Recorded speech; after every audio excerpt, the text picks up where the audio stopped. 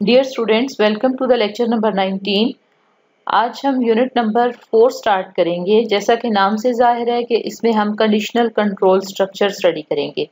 Last chapter के and पे मैंने आपको बताया था कि ये यूनिट आपके लिए बहुत ही ज़्यादा इंटरेस्टिंग होगी जब इसमें आप थोड़े से डिफरेंट प्रोग्राम्स राइट करके देख सकेंगे।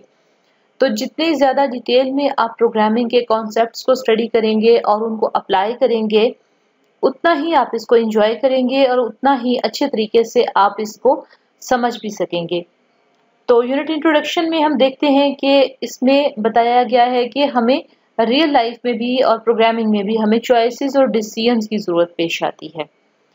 अब आप सोचें कि रियल लाइफ में आपको कहाँ डिसीजंस की ज़रूरत पेश आती है। आपको हर कदम पर हर एक टास्क परफॉर्म करने से पहले आप अपने जहन में कोई ना कोई डिसीजन करते हैं। For example, if you feel hungry तो आपके जहन आपका ब्रेन आपको एक मैसेज देगा कि आपको कुछ खाना चाहिए। इसी तरह अगर आप छोटी सी एग्जाम्पल लें कि सुबह जब आपकी आंख खुलती है तो उसी वक्त आपके दिन का आगाज डिसीजन मेकिंग से होता है कि आप सबसे पहला काम जो यही सोचते हैं कि आज आपने स्कूल जाना है या नहीं जाना, कौन सा दिन है, और ये स्कूल जाने या ना जाने का फैसला आप किन बुनियादों पे करते हैं कि क्या आज आपके जाने आप ये दिन है, इस दिन आपने जाना है स्कूल, छुट्टी का दिन तो नहीं है, और इस टाइम क्या हुआ है। और इस तरह के बेशुमार फैसले सुबह से शाम तक आप बेशुमार फैसले करते हैं और उनमें वो डिसीजंस जो होते हैं वो कुछ ना कुछ कंडीशंस पे बेस कर रहे होते हैं। तो इसके लिए हम इसी तरह प्रोग्रामिंग में भी हम तकरीबन वही टास्क परफॉर्म करवाना चाहते हैं जो कि हम रियल लाइफ में कर रहे होते हैं। फॉर एग्जांपल, मैथ्स का आप कोई क्वेश्चन जो है वो सॉल्व करवाना चाहते हैं प्रोग्रामिंग के ज़रिए। आप कोई हार्डवेयर रिलेटेड किसी इक्विपमेंट को ओपन करवाना चाह रहे हैं। फॉर एग्जांपल, आप डोर को जो है वो ओपन करवाना चाह रहे हैं किसी कंप्यूटर प्रोग्राम के ज़रिए। तो इसमें क्या डिसीजन मेकिंग है कि अगर डोर बेल रिंग होती है तो आपका प्रोग्राम डिसीजन करेगा कि उसने डोर ओपन करना है, और अगर उस पर कोई सिक्योरिटी चेक्स लगे हैं कि किन किन लोगों के लिए डोर को ओपन करना है और किन के लिए नहीं करना ओपन, तो वो उस डिसीजन के मुताबिक अपने उसको रिजल्ट्स को अपने इनपुट को मैच करेगा कि फर्स्ट इनपुट उसको मिलती है, लेट्स से कि डोर बेल रिंग होती है, सेकंड उसने फेस को स्कैन करना है फॉर एग्जांपल, या जो भी आने वाला है उसके थंब प्रिंट को स्कैन करना है। तो ये आपके प्रोग्राम के अंदर ये एबिलिटी कैसे आएगी कि वो डिफरेंट सिचुएशन में डिफरेंट डिसीजन कर सके। तो इसके लिए जो है वो आप इफ एल्स आपके पास जो स्ट्रक्चर्स जो कंट्रोल स्ट्रक्चर्स यूज करेंगे उसमें आपके पास इफ स्टेटमेंट है, इफ एल्स है, एल्स इफ एंड स्विच। तो इसमें देखते हैं इन इस तरह की डिसीजन मेकिंग के लिए ओवरऑल जो हम स्ट्रक्चर्स यूज करते हैं किसी भी प्रोग्रामिंग लैंग्वेज में, उनको हम कंट्रोल स्ट्रक्चर्स कहते हैं। कंट्रोल स्ट्रक्चर्स डिफरेंट के होते हैं। यहाँ पर आपकी बुक में जो एग्जांपल आपको गिवन है इसमें भी डिसीजन मेकिंग की आपको एक डेली लाइफ की एग्जांपल बताई गई है कि अगर आपने लेट्स से किसी फ्रेंड से मिलने के लिए जाना है तो आप ये देखेंगे कि अगर आपके फ्रेंड घर पे है तो आप उससे मिलने जाएंगे, अगर घर पे नहीं है तो डेफिनेटली आप उससे मिलने नहीं जाएंगे। इसी तरह से वेदर के लिहाज से आप कर सकते हैं कि अगर आपने पिकनिक पे जाना है या कोई और इवेंट प्लान करना है तो आप देख सकते हैं कि अगर आपके पास मौसम जो है खुशगवार है तो आप पिकनिक पे जाएं, और अगर मौसम खुशगवार नहीं है तो उसमें आप पिकनिक को कैंसिल कर सकते हैं। और तो अब हम प्रोग्रामिंग के हवाले से देखते हैं। प्रोग्रामिंग में भी हमें डिसीजन मेकिंग की ज़रूरत होती है। जो भी ऑपरेशन आपने परफॉर्म करना है उसके लिए अब वो डिसीजन किस पे डिपेंड करता है, ज़्यादातर हमारा वो डिसीजन जो है वो इनपुट पर ही डिपेंड कर रहा होता है। अब वो इनपुट डायरेक्टली यूज़र से भी आ रही होती है, आ सकती है, और हमारे प्रोग्राम के अंदर से जो आउटपुट जनरेट होती है वो भी बाज़ हमारे नेक्स्ट स्टेप के लिए, नेक्स्ट कोड के लिए इनपुट का काम कर सकती है, इनपुट का रोल प्ले कर सकती है। अब हम देखते हैं इसमें कंट्रोल स्टेटमेंट्स क्या होती हैं। Control statement is an instruction which determines the sequence of execution of other statements. कि आपने अभी तक जो प्रोग्रामिंग देखी है, सिंपल प्रोग्राम में अगर आप 10 या 100 लाइंस का प्रोग्राम राइट करें तो आपकी वो लाइन एक सीक्वेंस के साथ एग्जीक्यूट होना शुरू हो जाएंगी। पहले लाइन नंबर 1 एग्जीक्यूट होगी, फिर 2, फिर 3 and so on up to line number 100। लेकिन अगर आप ये चाहते हैं कि लाइन नंबर 1 के बाद कोई डिसीजन है कि अगर कोई कंडीशन आपकी ट्रू होती है तो आपकी पहली 10 लाइंस जो है नेक्स्ट लाइन नंबर 11 से 21 तक एग्जीक्यूट हो। अगर वो कंडीशन ट्रू नहीं होती तो फिर आपकी लाइन नंबर 31 से लेकर 41 वाली लाइंस जो है वो एग्जीक्यूट हो। तो यहाँ पर फिर आपको कंट्रोल स्टेटमेंट्स की जरूरत पेश आएगी। कंट्रोल स्टेटमेंट्स हमारे पास डिफरेंट टाइप्स की होती हैं। इस चैप्टर में जो हम कंट्रोल स्टेटमेंट पढ़ेंगे दीज आर कंडीशनल स्टेटमेंट्स। इसके अलावा आपके पास रेपिटेशन स्ट्रक्चर भी होता है, सीक्वेंशियल स्ट्रक्चर भी होता है। सीक्वेंशियल बेसिकली आप पढ़ के आ चुके हैं। जब हम यूनिट नंबर 5 कंप्लीट करेंगे तो उसके एंड पे मैं आपको एक दफा फिर से ये टॉपिक्स जो हैं वो रिवाइज करवा दूंगी। यहाँ पर अभी आपके लिए ये चीज कंफ्यूजिंग हो सकती है कि ये कंट्रोल स्टेटमेंट में और कंडीशनल स्टेटमेंट में क्या फर्क है, क्या ये दोनों एक ही बातें हैं या दोनों में कोई डिफरेंस है। तो इस वक्त मैंने आपको बता तो दिया है कि कंट्रोल स्टेटमेंट्स एक से ज्यादा तरह की होती हैं, जिनमें से एक टाइप है कंडीशनल स्टेटमेंट की। लेकिन ये बात अभी भी अगर आपको सही ट्रू सेंस में समझ नहीं आई तो आप इसको यूनिट नंबर 5 की कंप्लीशन तक इग्नोर कर सकते हैं कि इन दोनों में यहाँ पर क्या डिफरेंस है इन दो बातों में। यूनिट नंबर 5 के एंड पे इंशाल्लाह आपको ये बात बिल्कुल क्लियर हो जाएगी कि यहाँ पर ये दो स्टेटमेंट्स की टाइप्स में क्या डिफरेंस है। अब हम इफ स्टेटमेंट को देखते हैं, अपने स्ट्रक्चर को स्टडी करते हैं। तो इफ स्ट्रक्चर में देखेंगे सबसे पहले हमारे पास हम इसमें देखेंगे इफ स्टेटमेंट देखेंगे, उसके बाद हम इफ एल्स देखेंगे, फिर एल्स इफ देखेंगे और इस यूनिट के एंड पे हम स्विच स्टेटमेंट देखेंगे। थोड़े से और स्ट्रक्चर्स भी इसमें डिस्कस हुए हैं जो इसमें साथ साथ आपको इंशाल्लाह समझ में आ जाएंगे। तो जब आप सिंपल इफ स्टेटमेंट की हम बात करते हैं तो इसके अंदर इफ का कीवर्ड हम यूज करते हैं और उसके बाद हम एक कंडीशन दे देते हैं। वो कंडीशन क्या हो सकती है, किस तरह देंगे हम कि यहाँ पर हम कोई भी हमारे डिफरेंट टाइप्स के आपने ऑपरेटर्स पढ़े हैं, तो डिफरेंट रिलेशनल ऑपरेटर्स या लॉजिकल ऑपरेटर्स ये डिसीजन मेकिंग के लिए यूज होते हैं। तो इस कंडीशन में आप कोई भी रिलेशनल या लॉजिकल ऑपरेशन जो है देंगे, उसकी बेस पर एक रिजल्ट जो है वो जनरेट होगा। अगर वो रिजल्ट ट्रू होगा, फॉर एग्जाम्पल मैं यहाँ पर कहती हूँ if a is equal to 10, तो a इज इक्वल टू 10 क्या चीज है, एक आपके पास कंपैरिजन का ऑपरेशन है जो कि आपने रिलेशनल ऑपरेटर्स में इक्वल और टू ऑपरेशन पढ़ा है। तो अगर a की वैल्यू सच में 10 के इक्वल है तो इट मीन्स कि आपकी कंडीशन ट्रू है। तो इसके नतीजे में यहाँ पर जो वैल्यू जनरेट होगी that will be Boolean type of value, तो ट्रू वैल्यू जनरेट होगी। अगर वो ट्रू है तो उसके बाद यहाँ पर नेक्स्ट जो भी ब्लॉक ऑफ स्टेटमेंट गिवन है वो एग्जीक्यूट हो जाएगा। और अगर आप a की वैल्यू 10 नहीं है तो ये ब्लॉक आपका एग्जीक्यूट नहीं होगा। यही चीज यहाँ पर भी आपके पास टेक्स्ट में लिखी है। ब्रेसिस के हवाले से मैं बता दूं कि आप इफ कंडीशन को ब्रेसिस के बगैर भी यूज कर सकते हैं। इसके लिए आप अगर आपकी स्टेटमेंट सिर्फ एक स्टेटमेंट है तो आप ब्रेसिस के बगैर भी इसको यूज कर सकते हैं, और अगर ये आपकी स्टेटमेंट एक से ज्यादा है तो ब्रेसिस लगाना मस्ट है। अब ये आपको तब तक समझ में नहीं आएगी इफ कंडीशन जब तक आप इसका कोई रेलिवेंट प्रोग्राम नहीं देख लेंगे। तो ये आपके लिए मैंने एक प्रोग्राम जो है वो रखा है टाइप करके। इसमें देखें कि हमारी कंडीशन क्या है। वाइड में वाइड हमने एज इट इज लिख लिया, n की वैल्यू मैंने 0 रखी और मैंने कहा कि if n is equal to 0 तो इस लिखते हैं नंबर इज 0। तो इसको हम रन करके देख लेते हैं। तो देखें हमारी कंडीशन जो है वो ट्रू थी, तो नंबर इज 0 प्रिंट हो गया। ऐसा करते हैं कि इस नंबर को हम 10 कर देते हैं।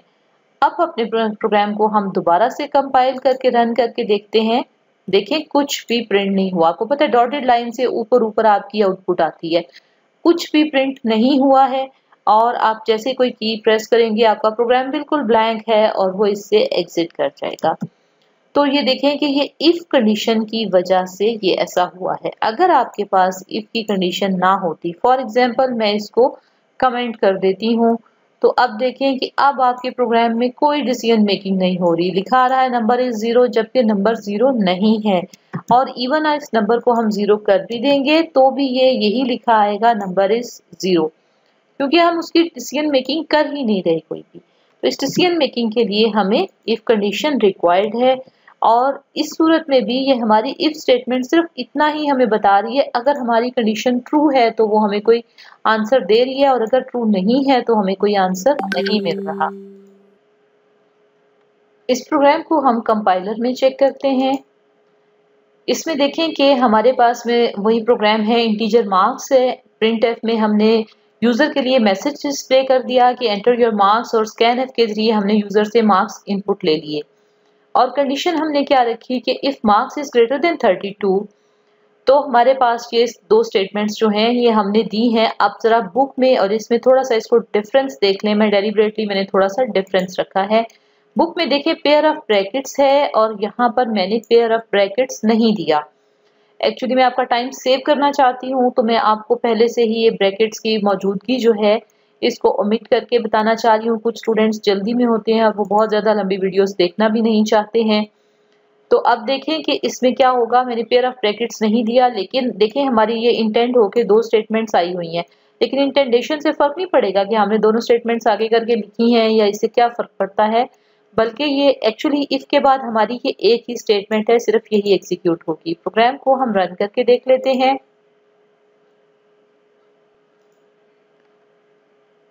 जब इस प्रोग्राम को एग्जीक्यूट करेंगे तो देखिए उसने एंटर योर मार्क्स, ये जो हमने प्रिंटफ स्टेटमेंट दी थी इसके मुताबिक हमारे पास ये स्क्रीन पर मैसेज आ गया। इसमें हम मार्क्स देते हैं। लेट्स से 45 मार्क्स हम एंटर करते हैं, तो इस पे लिखा आ जाएगा यू हैव पास्ड, कंग्रेचुलेशंस। अब आप कहेंगे स्टेटमेंट्स तो दोनों हमारी रन हो गई हैं जो इफ के बाद हमने दी थी। ऐसा करते हैं कि इसको एक दफा फिर रन करते हैं और अब की दफा मार्क्स में इसको दूंगी 11। अब देखिए उसने यू हैव पास्ड का मैसेज तो नहीं शो किया, लेकिन कंग्रेचुलेट जरूर कर दिया है। ये इसलिए हुआ है कि पहली स्टेटमेंट तो चलेगी जो इफ के बाद कंडीशन आपकी नहीं चलेगी। फर्स्ट स्टेटमेंट तो नहीं चली क्योंकि कंडीशन आपकी फॉल्स थी, लेकिन उसके बाद ये स्टेटमेंट नेक्स्ट वाली ऑटोमेटिकली रन हो गई है। तो अगर हम चाहते हैं कि ये दोनों स्टेटमेंट्स हमारी सिर्फ तभी रन हो जब हमारी कंडीशन ट्रू हो, तो हमें इन दोनों को इस पेयर ऑफ ब्रैकेट के जो इस अपनी जो स्टेटमेंट्स है इसको यहाँ से कट करना पड़ेगा और हम इसको इस पेयर ऑफ ब्रैकेट के इनसाइड जो है यहाँ पर हम इसको पेस्ट कर देते हैं।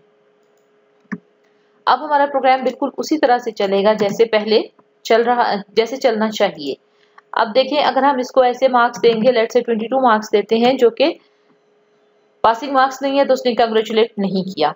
तो ये हमारा बिल्कुल सिंपल स्ट्रक्चर है इफ स्टेटमेंट का, जो बिल्कुल सिंपल चीज है जिसमें कोई और सिर्फ ट्रू की सूरत में तो हमें रिजल्ट मिल रहा है, बट फॉल्स की सूरत में हमें कोई रिजल्ट नहीं मिलेगा। यहाँ पर इसी प्रोग्राम को डेमोन्स्ट्रेट किया गया है, इसको आप खुद से अब पढ़ लीजिएगा। इसमें मेरे एक्सप्लेन करने की कोई बात इंपॉर्टेंट नहीं है। नेक्स्ट प्रोग्राम को देखते हैं। इसमें क्या हो रहा है कि हम यूजर से नंबर एंटर करवा रहे हैं और अगर नंबर ग्रेटर देन 0 है तो फिर आप उसको उसका क्यूब प्रिंट करवा के दे रहे हैं। इस प्रोग्राम को भी हम रन करके देख लेते हैं। इस प्रोग्राम में देखें कि हमने एक वेरिएबल ले लिया, उसका नाम हमने n रख दिया और यूजर से कहा कि एक नंबर एंटर कर दे, और यूजर जो भी नंबर देगा स्कैन एफ के जरिए हमने उसको n में स्टोर कर लिया। अगर वो नंबर ग्रेटर देन 0 है तो हमारा प्रोग्राम उसका स्क्वायर प्रिंट कर देगा। तो देखें इसको हम रन करके देखते हैं। नंबर दे देते हैं हम 5, तो देखें इसका square, the square of number 5 is 25, ये प्रिंट होके हमारे पास आ गया। लेट्स से अब हम इस नंबर को इसकी जगह जो है वो 0 दे के देखते हैं। दोबारा से प्रोग्राम को रन करते हैं और अब हम इसको दे देते हैं 0। तो देखिए इसने उसका स्क्वायर प्रिंट नहीं किया। तो इस प्रोग्राम में भी आपको ये डेमोन्स्ट्रेशन मिल गई कि अगर आपकी कंडीशन ट्रू हो रही है तो उससे रेलिवेंट एक स्टेटमेंट रन हो रही है। इसमें देखिए पेयर ऑफ ब्रैकेट्स यूज नहीं किया गया, पैरेंथेसिस यूज नहीं की गई क्योंकि एक ही स्टेटमेंट है। अब अगर इस प्रोग्राम में हमारे पास यहाँ पर और स्टेटमेंट्स हों तो उस सूरत में क्या होगा, हम इधर लिख देते हैं द प्रोग्राम इज एंडेड। तो इस तरह हमारी ये स्टेटमेंट जो है ये हर सूरत रन होगी, चाहे हमारी स्टेटमेंट ट्रू हो या फॉल्स हो। इसको चेक कर लेते हैं रन करके। हम नंबर एंटर 6 दे देते हैं। ये देखें आपके पास the square of program number 6 is 36, the program is ended statement लिखी आ गई है, इसके साथ ही आई है। इसमें हम बैकस्लैश n यहाँ लगा देते हैं ताकि ये नेक्स्ट लाइन पर आए। एक तो इसमें हम बैकस्लैश n लगा देते हैं और दूसरा हम इसको अब किसी और वैल्यू के लिए एग्जीक्यूट करके देख लेते हैं। अब लेट से हम इसको -1 दे देते हैं इनपुट में, तो आप सिर्फ लिखा आ रहा है द प्रोग्राम इज एंडेड। तो ये देखें कि आपके पास इफ के बाद इसके अलावा अगर आपकी स्टेटमेंट फॉल्स होगी तो उसके बाद इसके अलावा अगर यहाँ पर कोई भी और स्टेटमेंट्स हैं, 10, 100, 1000 जितनी भी स्टेटमेंट्स हैं वो सारी की सारी एक सीक्वेंस में रन होना शुरू हो जाएंगी। लेकिन सिर्फ जो इफ के बाद वाली जो इमीडिएट स्टेटमेंट है, और ये इंटेंडेशन से भी फर्क नहीं पड़ता, ये भी अगर आप इसको सेम भी कर दें तो कंपाइलर के लिए बेसिकली ये स्पेस जो है वाइट स्पेस सी के कंपाइलर के लिए बिल्कुल मीनिंगफुल नहीं है। वो इस चीज को देखता है कि आपके पास ये टर्मिनेशन वाला सिंबल है या नहीं। इवन आप इसको यहाँ भी कर दें तो इसको आप रन करके देख लें, उसने इसको एक स्टेटमेंट को ही इसके अंदर लेना है। ये देखिए आपके पास आ गया the square of number 4 is 16, program is ended. अब इसको दोबारा रन करके देखते हैं, इसको हम 0 दे देते हैं इनपुट नेक्स्ट टाइम। तो आपकी एक ही स्टेटमेंट चली है द प्रोग्राम इज एंडेड, जबकि एक ही लाइन में आपने दोनों स्टेटमेंट्स राइट कर दी। तो एक्चुअली जो सी का कंपाइलर है वो बेसिकली अपने कोड को देख रहा है, उसके लिए ये लाइन स्टेटमेंट टर्मिनेटर सेमीकोलन से एंड हो जाती है। ये जो हम स्पेस या इंटेंडेशन वगैरह देते हैं ये हम अपनी हेल्प के लिए देते हैं कि हमें ये देखने में पता चल जाए कि ये प्रोग्राम हमारा, ये स्टेटमेंट हमारी जो है वो इफ स्टेटमेंट के अंडर हमने राइट की है। इसका अदरवाइज कंपाइलर को इस इंटेंडेशन की बिल्कुल कोई ज़रूरत नहीं है। इसके बाद हम अपना देखते हैं इस प्रोग्राम के बाद आपके पास ये इस प्रोग्राम की एक्सप्लेनेशन है, इसको आप स्टडी कर लें, अदरवाइज मैंने एक्सप्लेन कर दिया है। अब हम ये देखते हैं कि अगर हमारी कंडीशन फॉल्स हो तो हम चाहते हैं कि उस सूरत में भी हम कुछ मैसेज डिस्प्ले करवाएं। तो उसके लिए फिर हमें इफ के साथ जो हम कीवर्ड यूज करेंगे दैट वुड बी एल्स, और हमारा स्ट्रक्चर चेंज हो जाएगा। अब हम नेक्स्ट टॉपिक पे मूव हो गए हैं कि structure of if else statement. अब यहाँ पर कंडीशन ट्रू होगी तो एक सर्टेन ब्लॉक ऑफ स्टेटमेंट जो है ये वाला रन होगा, और फॉल्स होगी तो दूसरा ब्लॉक ऑफ स्टेटमेंट रन होगा। यहाँ पर जो हमने पास फेल वाला प्रोग्राम लिखा था इसमें हम कह देते हैं, अब मैं इसको आपके सामने ही थोड़ा सा एडिट कर देती हूँ ताकि आपको ये पता चले कि it's not that much difficult कि आपके लिए जो है इसको प्रोग्राम को राइट करना जो है। यहाँ पर हम कर देते हैं एल्स की सूरत में हम प्रिंट एफ करवा देते हैं \n के साथ यू आर, यहाँ पर हम लिख देते हैं you have failed, try again. और इसमें देखिए फेलियर अगर आपको एक प्रोग्राम को रन होने में मिलता है या किसी और चीज में लाइफ में मिलता है, never get disappointed with that failure, बल्कि उसके साथ आपने ट्राई अगेन जो है वो जरूर करना है, कोशिश करनी नहीं छोड़नी, तो इंशाल्लाह आपको जो है वो कामयाबी जरूर मिलेगी। इस प्रोग्राम को हम रन करके देखते हैं तो ये हमारे पास जो है इसकी ब्रैकेट मिस होने की वजह से एरर आ रहा था। अब इसको देखते हैं, अब हमारा प्रोग्राम सक्सेसफुली कंपाइल हो गया है। इसमें एंटर करते हैं हम मार्क्स, फेलियर के लिए लेट्स से कि हम 1 मार्क एंटर करते हैं, तो you have failed, try again. अब देखिए इसको हम देके देखते हैं 32 से ग्रेटर मार्क्स देकर देखते हैं, लेट्स से हम इसको 68 मार्क्स देते हैं, तो आपके पास सिर्फ पहला part you have passed congratulations ये वाला एग्जीक्यूट हुआ है, सेकंड पार्ट एग्जीक्यूट नहीं हुआ। यहाँ पर भी सेम ही आपके पास लॉजिक है, एल्स ब्लॉक में भी ये वही कंडीशन होती है कि आपने अगर एक से ज्यादा स्टेटमेंट्स हैं then you are suppose to give a pair of brackets. तो मैं यहाँ पर इसके अंदर पेयर ऑफ ब्रैकेट्स में 2 स्टेटमेंट्स राइट कर देती हूँ, लेट्स से ट्राई अगेन हम यहाँ पर लिख देते हैं, और यहाँ से लेट्स से ये मैसेज हम डिलीट कर देते हैं। और हमें ये देखना होगा \n के साथ लिखा है तो ये डेफिनेटली 2 डिफरेंट लाइंस पर आएगा आपके पास मैसेज। अगर आप इस प्रोग्राम को इस तरह फॉर्मेट करेंगे तो ये आपको देखने में भी बहुत ज़्यादा अपीलिंग होगा और आपको आसानी से समझ में आ जाएगी। ये देखिए अगर ब्रैकेट्स में इधर उधर भी रहने दूँ तो इससे कोई फर्क नहीं पड़ेगा, लेकिन ये हमें अगर हम इनकी अलाइनमेंट सही कर लेंगे तो हमें देखने में बहुत आसानी होगी और आराम से प्रोग्राम समझ में आ जाएगा। अब देखें जहां पर भी हम कोई मिस्टेक करते हैं कंपाइलर फौरन हमें वहीं से पकड़ लेता है। अब हम देते हैं इसको फेलिंग मार्क्स देते हैं, तो you have failed, try again. दूसरी लाइन पर ये देखें 2 मैसेजेस हैं तो ब्रैकेट्स के साथ ये आपके पास आ गए। आप अपने प्रोग्राम्स में जितनी चेंजेस करके देखेंगे उतनी ही ज्यादा आपको इसकी बेहतर समझ आएगी। लेट्स से अब मैं ये दोनों चीजें डिलीट कर देती हूँ, एल्स ब्लॉक में से मैंने ये डिलीट कर दिया पेयर ऑफ ब्रैकेट्स। आप चाहे आप पासिंग मार्क्स दें या फेल वाले मार्क्स दें, ये ट्राई अगेन वाली स्टेटमेंट हर दफा जरूर चलेगी क्योंकि अब आपने इसको एल्स ब्लॉक से बाहर निकाल दिया है। अब मैं 56 मार्क्स देती हूँ तो यू हैव पास्ड, उसके बावजूद भी ट्राई अगेन लिखा आ रहा है। अगर मैं इसको फेलिंग के लिए कम मार्क्स देती हूँ 3 मार्क्स, तो अगेन ट्राई अगेन फिर भी लिखा आ रहा है। तो इस तरह जब तक आप अपने प्रोग्राम्स के साथ प्ले नहीं करेंगे, जब तक आप उसमें चेंजेस नहीं करके देखेंगे, आपको उस कॉन्सेप्ट का सही तरीके से उसकी अंडरस्टैंडिंग नहीं मिलेगी जब तक आप उसके साथ खुद एक्सपेरिमेंटेशन नहीं करेंगे। उसके बाद नेक्स्ट प्रोग्राम देखते हैं। In figure 4.7 reads the number from the keyboard and print the message whether it is an even और ऑड नंबर। अब देखिए, इस तरह के प्रोग्राम्स आपको एग्जाम में जरूर लिखने के लिए आते हैं, और अगर आपने प्रोग्राम्स को अच्छे तरीके से समझ लिया है तो आपको इन्हें याद नहीं रखना पड़ता, आपको रट्टा नहीं लगाना पड़ेगा। ये बात जहन में रखें कि मैथमेटिक्स और प्रोग्रामिंग, इनको आप मेमोराइज नहीं कर सकते, कॉन्सेप्ट को अंडरस्टैंड करें। और अंडरस्टैंड करने के लिए फॉर द फर्स्ट टाइम आप चीज को कंप्लीटली एक अच्छे तरीके से अंडरस्टैंड कर लें, बिल्कुल तहम्मुल के साथ। उसके बाद नेक्स्ट टाइम आप जल्दी में भी अगर ये लेक्चर्स देखेंगे तो आपको बिल्कुल ये समझ में आ जाएंगे। इस प्रोग्राम में अब देखें कि हमने दो वेरिएबल्स लिए हैं। पहला वेरिएबल n है, दूसरा वेरिएबल को हमने rem या रिमाइंडर का नाम दिया है। तो ये हमारे पास रिमाइंडर है, मैं इसको कंप्लीट राइट कर देती हूँ। रिमाइंडर वेरिएबल ले लिया हमने और यूजर के लिए एक मैसेज प्रिंट कर दिया, एंटर अ नंबर। यूजर ने जो नंबर एंटर किया स्कैनएफ के जरिए, हमने उसको इस n वेरिएबल में, ये जो वेरिएबल है ये हमारा n है, इसमें हमने इसको स्टोर कर दिया। और अब हमने रिमाइंडर के अंदर हमने स्टोर कर लिया इसका रिमाइंडर। अब देखें, एक मिस्टेक आप लोग बहुत कॉमन करते हैं कि वेरिएबल नेम चेंज कर देते हैं। अगर एक जगह पर आपने कोई वेरिएबल नेम कैपिटल में लिखा है तो आगे जाके स्मॉल लिख देंगे, तो ऐसा नहीं होगा। ऐसा करने से आपका प्रोग्राम में एरर आएगा। तो जिस तरह जैसे मैंने यहाँ पर वेरिएबल नेम चेंज किया है, तो अब जहां जहां मैं rem यूज कर रही थी वहां सब जगह पर मुझे इसको कंप्लीट वर्ड रिमाइंडर लिखना पड़ेगा।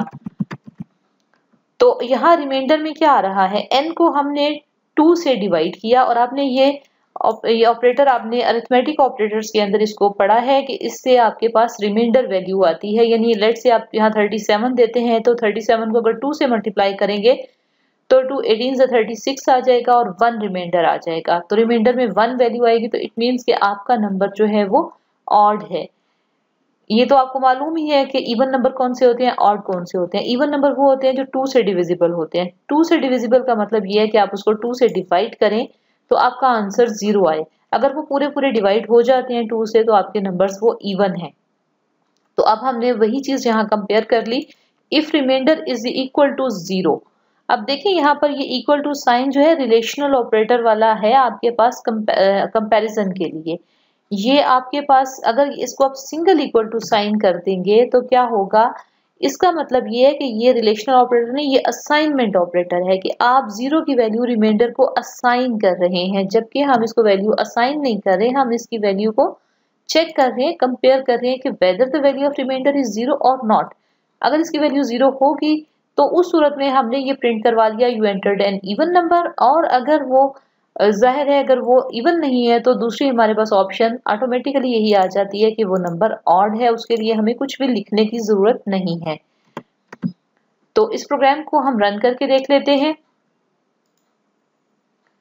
इसमें देखिए जी, मैं नंबर दे देती हूँ 98। डेफिनेटली एक इवन नंबर है, you entered an even number. इसको किसी ऑड नंबर के लिए भी एग्जीक्यूट करके देख लेते हैं। मैं देती हूँ 113, you entered an odd number. तो इस तरह से आपके पास जो है ये भी हो सकता है कि आप पहले इसको जो है ऑड नंबर की वैल्यू को चेक कर लें। फॉर एग्जाम्पल हम कहते हैं अगर हमारा रिमाइंडर 1 है तो हमारा नंबर जो है वो ऑड होगा। तो ये देखें कि इसी प्रोग्राम को आप यहाँ पर इसको छोटे से 3 चेंजेस करेंगे और यहाँ पर हमारा प्रोग्राम फिर भी करेक्ट ही रहेगा। दोबारा से एग्जीक्यूट करके देखते हैं। अब इसको वैल्यूज देते हैं, 34 देते हैं वैल्यू, तो you enter an even number. और इसी तरह से प्रोग्राम को अगर हम कोई ऑड वैल्यू देंगे, लेट्स से 67 दे देते हैं, तो you entered an odd number. तो देखें कि यहाँ पर कहाँ कहाँ पे हमने चेंजेस किए, हमने अपनी कंडीशन चेंज कर दी। पहली सूरत में हम इवन नंबर को चेक कर रहे थे और दूसरे वाले को हम ऑड कह रहे थे, और यहाँ पर मैंने जो चेंज किया उसमें हम इसमें ऑड नंबर को चेक कर रहे हैं, और उसके बाद दूसरा जो भी कोई होगा वो डेफिनेटली अगर वो ऑड नहीं है तो वो इवन है। ये इस प्रोग्राम की एक्सप्लेनेशन यहाँ पर गिवन है, इसको आप स्टडी कर लें, रीड कर लें, होपफुली आपको ये समझ में आ जाएगी। अब हम आज का लास्ट जो है इस लेक्चर का लास्ट स्ट्रक्चर भी स्टडी कर लेते हैं, that is if else if. अगर आपके पास एक से ज्यादा कंडीशंस हैं, तो अगर फर्स्ट कंडीशन ट्रू होगी तो एक सर्टेन ब्लॉक ऑफ स्टेटमेंट आप रन करवाना चाह रहे हैं, सेकंड कंडीशन ट्रू है तो कोई और ब्लॉक रन करवाना चाह रहे हैं, थर्ड कंडीशन ट्रू है तो कोई और ब्लॉक ऑफ स्टेटमेंट, और अगर सारी कंडीशंस अगर फॉल्स हैं तो फिर आप एल्स ब्लॉक जो है उसको एग्जीक्यूट करवा लेंगे। तो इसको यूज करने के लिए हमारे पास जो प्रोग्राम फिगर 4.9 में गिवन है उसको हम चेक कर लेते हैं। इस प्रोग्राम में देखें कि आपके पास सबसे पहले एक इंटीजर लिया गया है जिसका नाम है चॉइस, और उसके बाद दो फ्लोटिंग टाइप के वेरिएबल्स लिए गए हैं जिसमें आप डेसिमल नंबर भी स्टोर कर सकते हैं, और एक वेरिएबल का नाम x है, दूसरे का y है। ये एक मेन्यू गिवन है, आपको दिया गया है, मेन्यू प्रिंट किया गया है बेसिकली, यहाँ तक कि ये सारी चीजें एज इट इज यूजर को डिस्प्ले हो जाएंगी कि it is sort of calculator program, कि अगर यूजर 1 प्रेस करेगा, एडिशन के लिए हमने उसको 1 की चॉइस दे दी, 2 के लिए सब्ट्रैक्शन के लिए 2 की चॉइस दे दी, मल्टीप्लिकेशन के लिए 3 एंड डिवीजन के लिए 4, और फिर यूजर से कहा कि एंटर कर दे, वो जो भी नंबर एंटर करेगा स्कैनर के जरिए हमने वो चॉइस के वेरिएबल में स्टोर कर दिया। और उसके बाद फिर हमें डेफिनेटली x और y में वैल्यूज भी चाहिए जिसकी बेस पर हमने ये सारे ऑपरेशन परफॉर्म करने हैं। तो फिर हमने यूजर को मैसेज दिया कि एंटर 2 नंबर्स, और वो दो नंबर हमने x और y के अंदर दो वेरिएबल्स में स्टोर कर लिए। अब हमारे पास 3 इनपुट आ चुकी हैं, एक यूजर की चॉइस है और दो हमारे पास वेरिएबल्स हैं, दो नंबर्स हैं। चॉइस में अगर 1 है तो हमने यूजर को डिस्प्ले करवा दिया कि सम इज इक्वल टू, और यहीं पर तीसरे किसी वेरिएबल में वैल्यू स्टोर नहीं की बल्कि हमने दोनों वैल्यूज को सम करके प्रिंट करवा दिया। इस तरह अगर यूजर ने 2 की चॉइस दी है तो x माइनस वाई कर दिया, अगर हमने 3 की चॉइस दी है तो x मल्टीप्लाइड बाई वाई कर दिया, और अगर 4 में यानी डिवीजन करवाना चाह रहे यूजर तो हमने x डिवाइडेड बाई वाई कर दिया। इसमें हमेशा पहली वैल्यू दूसरी वैल्यू से डिवाइड हो जाएगी और आंसर आ जाएगा, और जो भी आंसर आ रहा है उसको हम प्रिंट करवा रहे हैं। और अगर यूजर 1 2 3 4 में से कुछ भी नहीं देता, कोई भी और नंबर दे देता है, तो लास्ट एल्स की सूरत में हम उसे कह रहे हैं कि आपने इनवैलिड कमांड दी है। तो यहाँ बेसिकली इंपॉर्टेंट चीज है, आपने इस इफ के स्ट्रक्चर को अंडरस्टैंड करना है कि देखें एक कंडीशन इफ के साथ है पहली वाली, उसके बाद जितनी भी कंडीशंस हैं वो एल्स इफ के साथ हैं। अगर यहाँ से आप एल्स हटा दें तो उस सूरत में आपके पास अगर आपकी पहली चॉइस सही भी होती है तो भी दूसरी चॉइस एग्जीक्यूट होगी।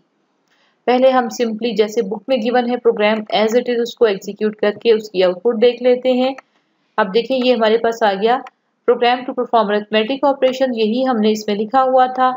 और इसमें हम सबसे पहले लेट्स से कि एडिशन के लिए 1 दे देते हैं, दो नंबर हमने यूजर को देने हैं, 3 और 6 दे दिया तो हमने 3 और 6 को ऐड करें तो 9 आता है, सम इज इक्वल टू 9 हमारे पास आंसर आ गया। जल्दी से किसी एक ऑपरेशन और के लिए मैं आपको ये प्रोग्राम रन करके लेट्स से 3 के लिए मल्टीप्लिकेशन के लिए रन करके दिखा देती हूँ। तो आप 5 को मल्टीप्लाई करते हैं लेट्स से 8 से, तो 5 8 40 होता है, तो हमारे पास इसका आंसर भी करेक्ट, यानी हमारा प्रोग्राम ठीक काम कर रहा है।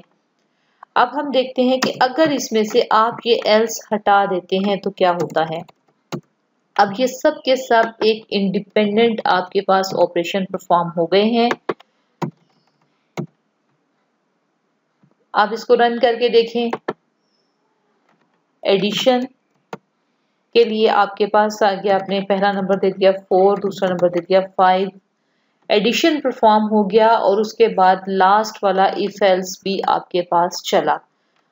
एक्चुअली इस प्रोग्राम में क्या हुआ कि एडिशन पहली चॉइस तो परफॉर्म हो गई आपके पास, अब दूसरी नहीं, दूसरी चेक हुई, तो चूंकि चॉइस की वैल्यू 2 नहीं थी तो उसके बाद वाली स्टेटमेंट नहीं चली, चॉइस की वैल्यू 3 नहीं थी उसके बाद वाली नहीं चली, चॉइस की वैल्यू 4 नहीं थी उसके बाद वाली नहीं चली, लेकिन ये इनवैलिड कमांड जरूर आई है, हालांकि हमारी कमांड इनवैलिड नहीं थी। तो ये फर्क था आपके पास, ये इंडिपेंडेंट इफ स्टेटमेंट्स हैं सारी की सारी, और एल्स इफ के साथ बेसिकली आप उनको यूज करेंगे तो ये एक इफ एल्स इफ स्ट्रक्चर कहलाएगा। बुक में भी देखिए आपको ये इसकी एक ऑपरेशन के लिए आउटपुट शो की गई है। उसके बाद जो नेक्स्ट प्रोग्राम है वो भी इसी को कॉन्सेप्ट को जो है एक्सप्लेन करता है, लेकिन ये प्रोग्राम मैं आपको नेक्स्ट लेक्चर में करवाऊंगी। इस लेक्चर के लिए आप इन कॉन्सेप्ट्स को अच्छी तरह अंडरस्टैंड करें, इनको प्रैक्टिस करें, और उसके बाद इंशाल्लाह नेक्स्ट लेक्चर में हम ये वाला टॉपिक करेंगे, एक ये वाला प्रोग्राम करेंगे और नया टॉपिक स्टार्ट करेंगे जो कि स्विच स्टेटमेंट है। Okay dear students, see you in the next video. Thank you so much for watching this video.